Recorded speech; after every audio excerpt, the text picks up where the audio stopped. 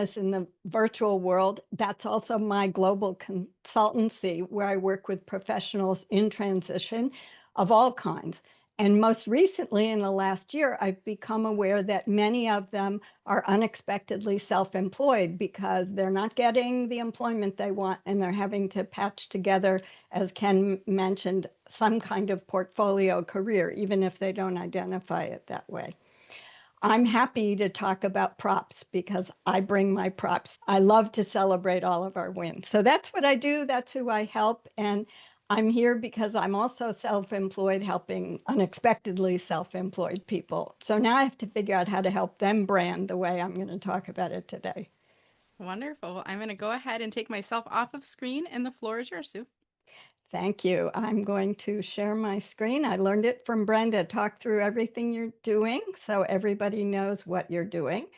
I'm going to assume that Christopher or someone will let me know if I didn't get that right. Perfect. We can see your slides. Great. All right. I just want to remind you that this talk is about making your brand memorable with props. Here's the takeaway. Props provide context and make you memorable. I'm going to take us back to ancient Greece. I discovered in finding out where this actually started, when the word prop started being used for something that we usually have in theaters. They had amphitheaters in which they did political dramas and other things, and they used urns and pebbles to help educate people about how to use those to cast their ballot in elections, maybe the earliest electioneering theater. And they gave us the comedy tragedy masks. So you can see here that if in a big amphitheater, you'd need something on your face to show emotions.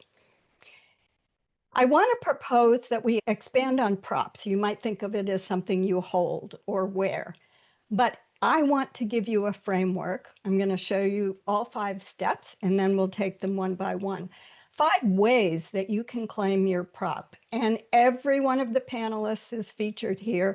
I have an ebook that is free for you to download with a lot more examples to give you some inspiration. The first thing I want to talk about is physical props. And I have to say, Brenda's going to feature heavily in this because we've all learned from her. That's why we're part of Marketing with Mellor. She knows how to operationalize everything.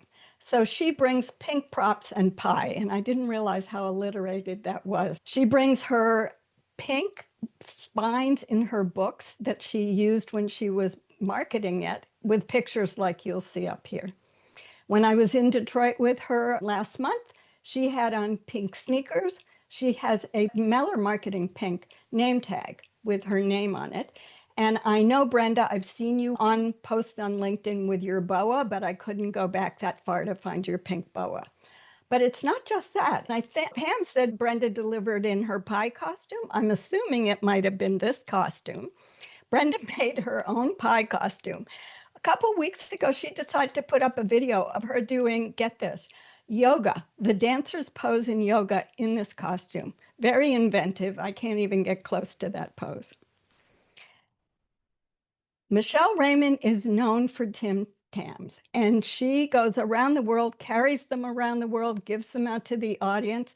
She also has a weekly Friday Tim Tam tip, and usually during the end of that, she's eating part of it or all of it.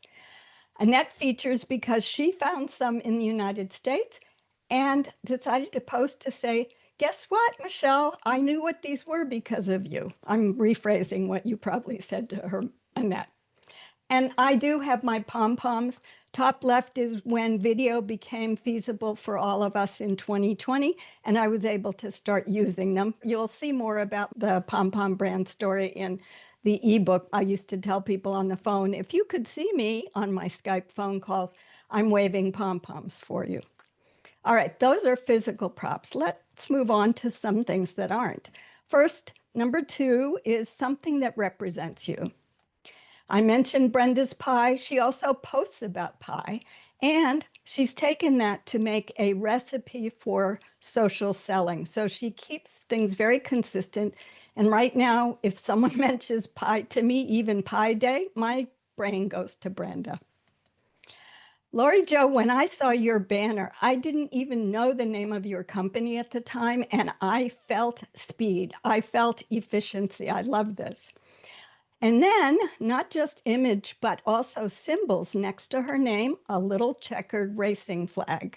Maybe they still use those, I don't know, but I grew up with the checkered racing flag being flung when people were supposed to start driving.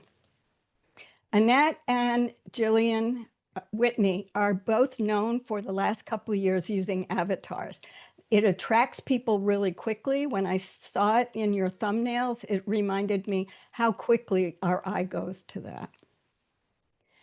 Mary Susan, when I was looking at your profile a few weeks ago, I noticed the butterfly immediately. I thought, oh, this is really interesting. And then, of course, got to the right-hand side and saw that your company logo is that.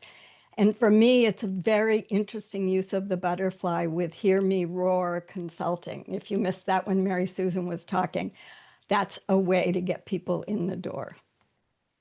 Laura Barker not just does posts, she had a great talk a little while ago.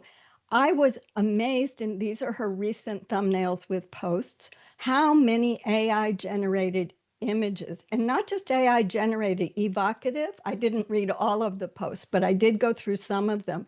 Very well done. And I have to say, from all the posts I've been looking at in thumbnails in the last few weeks, Laura, you definitely have used AI a lot and effectively. Now your life is featured in your work, and we've already heard about this. You'd think that I planned this, sat down with all the panelists and said what I was going to take from them. The dogs, Annette and Brenda, are both known for the dogs. Most of the time, though, the dogs aren't the post, they aren't the content, but they are a reason to post. It's very interesting that if you were in the main room in the last breakout room, you saw Pepper come in. So it gives us a little bit of insight into what Brenda does and what's important. Brenda is able to video record her posts while she's out walking Pepper. I wish I could multitask that way. That's really amazing. And finally, my friend Anne Emery, who is a work-from-home mom and professional. She travels around the world for data viz and powerful presentations. She's been my teacher and mentor for the last few years to get my presentations better. And there are always slices of her life. Bottom right, her son showed up at the end of recording something that she's doing, a new pivot boot camp. She's written about her family going off to do races and how much she's doing video editing in the car. So we get slices of life. This is a true two-dimensional prop because color and consistency, what I call the two-dimensional prop, are really something that can be evocative. I was struck when I first met John Asperian and started following him with his blue, orange, and green. As he started his membership group, he built up the wall behind him. It's all Post-it notes. Many of you may remember he was doing this, putting it in order. His website matches with the three colors and the personas. He has many personas on his website. His book is also colored the same way. And he co-founded last year the Uplift Live conference in the UK with two others and brought his brand colors to that effectively. I think it worked out well. And Susan K. Moore, I love her blue in the banner. It comes from the initials in her logo. But look at the thumbnails. If she used blue to put all of the posts on, you wouldn't be able to read them, or you would get the sense that each one is too much.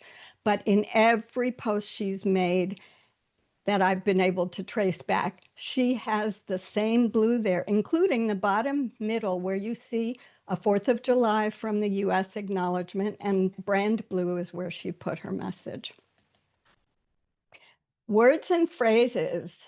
We all think of Brenda when we hear, learn how to get a bigger slice of the LinkedIn pie. Linda Brubaker tells us, find your next forever job. This is for you to find your next forever job. Pamela Lippett communicates, empower, and enhance. And in her headline, you see, helping you find your voice and making an impact. And then she's also in her banner put her new rebranded Pam Lippett Communications. And the communications written in capitals is very large and focused on empowering and enhancing. Christopher, calm and clear conversations, calm and clear reflections, and also his company, Calm Clear Media, and his voice, I have to say, as well. Judy wrote a book. She just told us about this. She wrote a book, Elevate, Expand, Engage. Look at her thumbnails. She doesn't hit you over the head in every thumbnail with this is expand, this is engage. You can see it from the content. You can see it from the graphics. She effectively uses it and has, in many cases, the same colors that she uses on her cover. And ending with Kenneth Lang, who, when I met him 5 years ago, called himself the LinkedIn introvert. He rebranded last year to LinkedIn Introvert No More, but for me, it's inextricably linked. When I hear the word LinkedIn Introvert, it's got to be Ken. So what does this mean for you about identifying your props? You can think about, reflect on all the kinds of information and examples I've shown you, and many more in the ebook. But I want to bring up something we often forget about: when aha moments come. For me, I do this a lot of times with my mentoring, holding up the mirror to have what I call verbal self-reflection, so that you get from your speaking something that you didn't realize was going on in the back part of your brain. Not anatomically correct, but anyway. Or sometimes it takes a friend. I met with Anne several times, and in 2022, early 2022, she said to me, Sue, you need to lean into the pompoms. That's your brand, not SueMentors. She didn't mean SueMentors wasn't valid. She was just saying, use the pompoms. And it's grown from there. I actually have in the ebook the evolution of it and all the things I've done with pompoms. So I'd love to know. I was going to say, I'm going to jump in to start to wrap us up, but it looks like you're there. I'd love to know that you found your prop. And if not, I'm offering in the Wheel of Names later today a free 20-minute consultation on finding your prop. I'll be in the breakout rooms. But I hope that I've given you a view of props as pom-poms plus a whole lot of ways that you're branding. I love that you pulled out your pink hat, which I should have taken a picture of in Detroit. You know, what's funny is I was like, I haven't used the feather boa in a while. And I toss it around the room. If you've ever seen me at a live conference, I toss it around the room. So I loved your visual journey here today, Sue.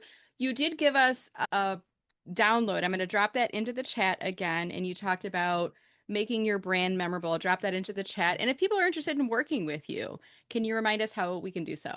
Sure. I will offer anybody a 45-minute consultation on any professional development topic. I work a lot on transition and people moving into self-employment. Right now, the best way is to email me, SueMentors@gmail.com, and I'll give you info and pricing. But let me tell you, it's not that expensive if you want to chat with me. Happy to chat with anybody in the breakout room. And if you've been at this, I guarantee you'll get a free chat anyway. All right. Applause for Sue. She gave me some pink poms while she was pink pom-poms out. You were wonderful, Sue.